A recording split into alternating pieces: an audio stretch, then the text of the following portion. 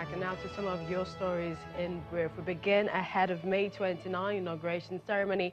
Governor Abubakar Bello has set up a project, policy, programs and appraisal committee charged with the responsibility of assessing his administration's performance in the last 4 years.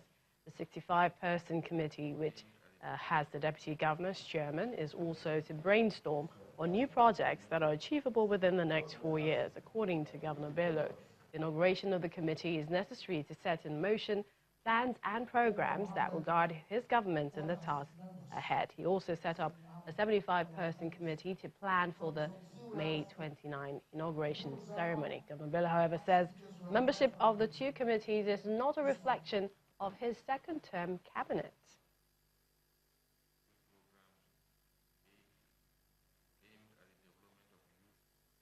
Well, with the signing of the new national minimum wage into law, organized labor and some concerned Nigerians, they're worried about the task of implementation.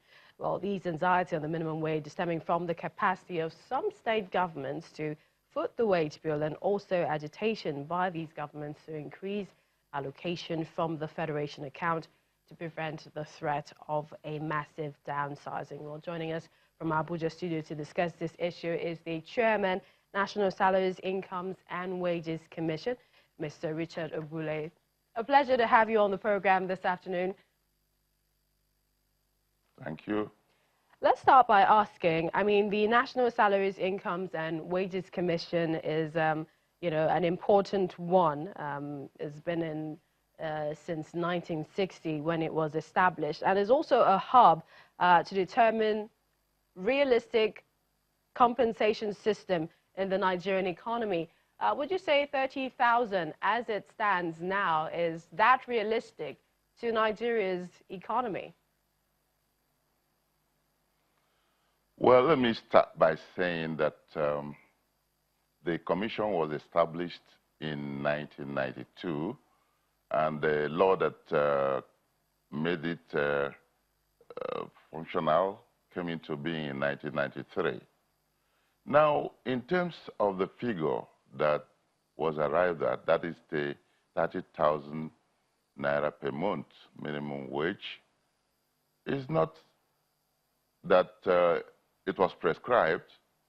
It came about as a result of a lot of consultations, negotiations, taking into consideration the economic situation in the country, not only of individuals' capacity to live, you know, within the normal level, but also with respect to what the economy can carry. The economy of the state, the economy of the federal government, the economy of the small-scale employers.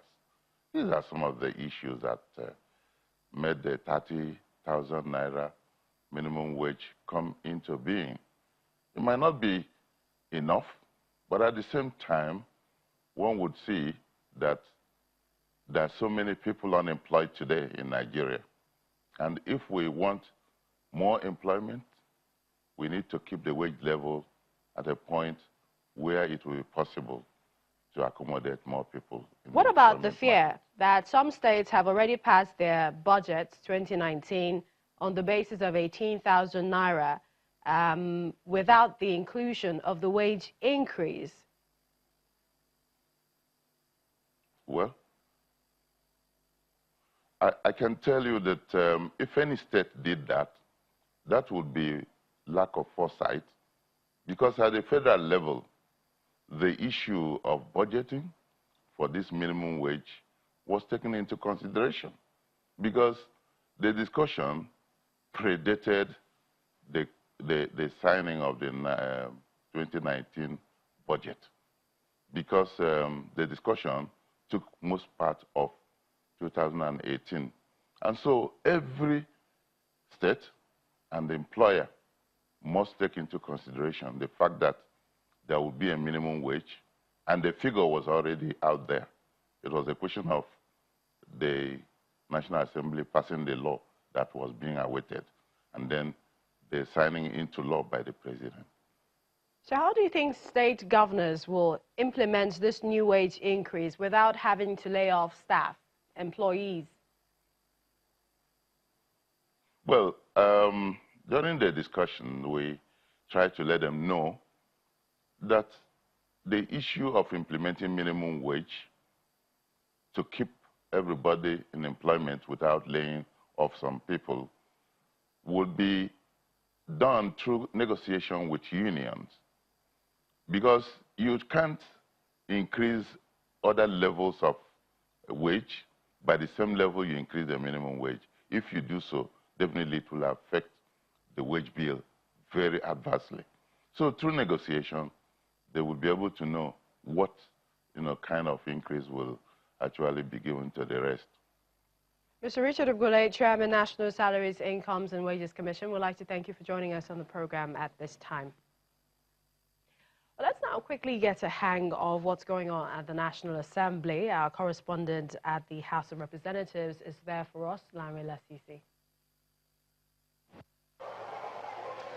Good afternoon, Millicent, and let me give you a quick rundown of what it appears will be considered in plenary in the House of Representatives for today.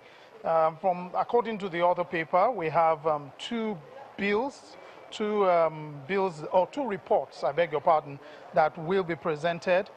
We have like 3 bills that will be considered on the floor.